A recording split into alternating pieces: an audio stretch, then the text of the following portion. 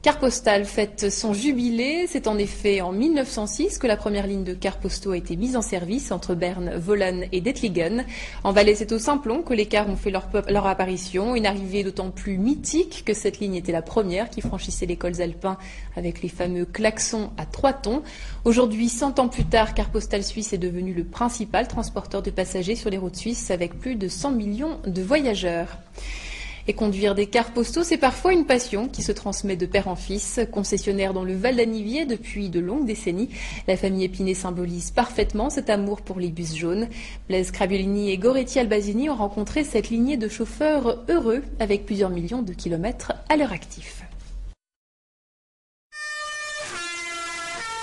Chez les Épinay à Ayer, on est conducteur de cars postaux de génération en génération. Une passion commune cultivée en famille. Là, on voit mon papa, Hilaire Épinay, qui conduit le premier car qui a fait le Val d'Anniviers. Hilaire Épinay qui a ensuite transmis le flambeau dans les années 60 à son fils Jean-Pierre. J'ai travaillé presque toute ma vie dans les cars postaux, ce que j'ai très bien aimé, bien sûr. C'était un travail et une passion en même temps. Ça doit faire dans les 2 millions de kilomètres en gros, en 37 ans de carrière, oui. Ah, on a que des bons moments, les mauvais moments, on oublie. Comme j'ai pas beaucoup de mémoire, j'ai retenu que les bons souvenirs et pas les mauvais. Jean-Pierre Épinay à la retraite, c'est Laurent Fluc, son beau-fils, qui perpétue désormais la tradition familiale. Ce qui me plaît beaucoup dans cette profession, c'est surtout la variété que l'on peut avoir dans le contact avec les gens, comme dans les paysages.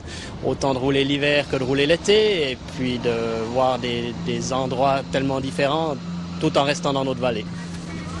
Quand on transporte 45 enfants qui se rendent à Vissois au centre scolaire, c'est un métier à responsabilité. Je dirais pas difficile dans le sens où maintenant les véhicules sont des véhicules qui sont quand même la plupart du temps confortables. Entre les Épinay et les cars postaux, l'histoire d'amour n'est pas près de connaître son dénouement. Yannick, le petit dernier, est lui aussi tombé dans la marmite jaune. Je suis un passionné des cars depuis que j'ai 2 ans. C'est mon grand-père qui m'a donné cette passion. J'espère un jour pouvoir prendre la relève. Alors il y a un truc que j'attends, c'est d'avoir le permis et puis tout de suite me mettre au volant d'un car.